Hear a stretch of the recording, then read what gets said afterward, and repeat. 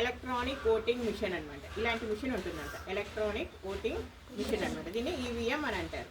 ఓకేనా. ఈ ఈవీఎంలో ఏం చేస్తారంటే ఇది కంట్రోల్ యూనిట్ అనమాట. ఇక్కడ ఏం చేస్తుందంటే మనము మీకు నచ్చిన గుర్తులు ఉన్నాయి కదా, ఇక్కడ ఏవో ఒక గుర్తు మీకు నచ్చింది ఇది ఒత్తు తగిన ఇక్కడ ఏమొస్తుంది చూడండి. సారీ, ఇక్కడే బ్లూ కలర్ ఉంది కదా, ఓన్లీ బ్లూ కలర్ మీద అవతలకి పోవద్దండి.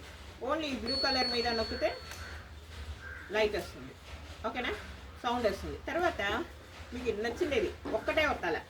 అవునా. దీంట్లో మనకి కావాల్సినవి ఏముంటాయి, 18 ఉంటాయి మామూలుగా.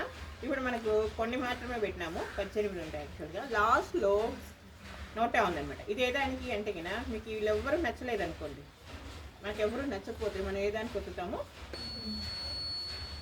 ఓకేనా, ఇది దీని యొక్క యూజ్ అనమాట.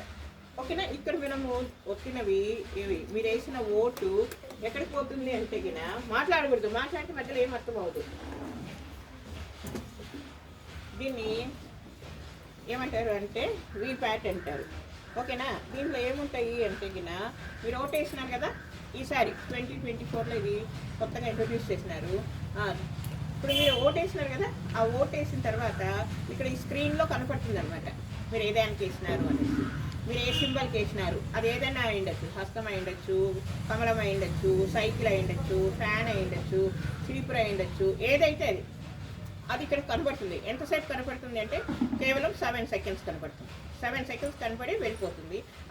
దాంట్లో నుంచి అప్పుడు మీరు వేస్తారు కదా ఓటు, ఆ ఓటు వేసిన తర్వాత అవి ఎక్కడ ఉంటాయి అంటే లోపల స్లిప్పులు ఉంటాయి. మీరు వేసిన ఓటు ఇక్కడ ఓటు వేసినాం కదా ఇందాక, ఆ ఓటు పేపర్స్, ఎందుకంటే కౌంటింగ్ అనమాట.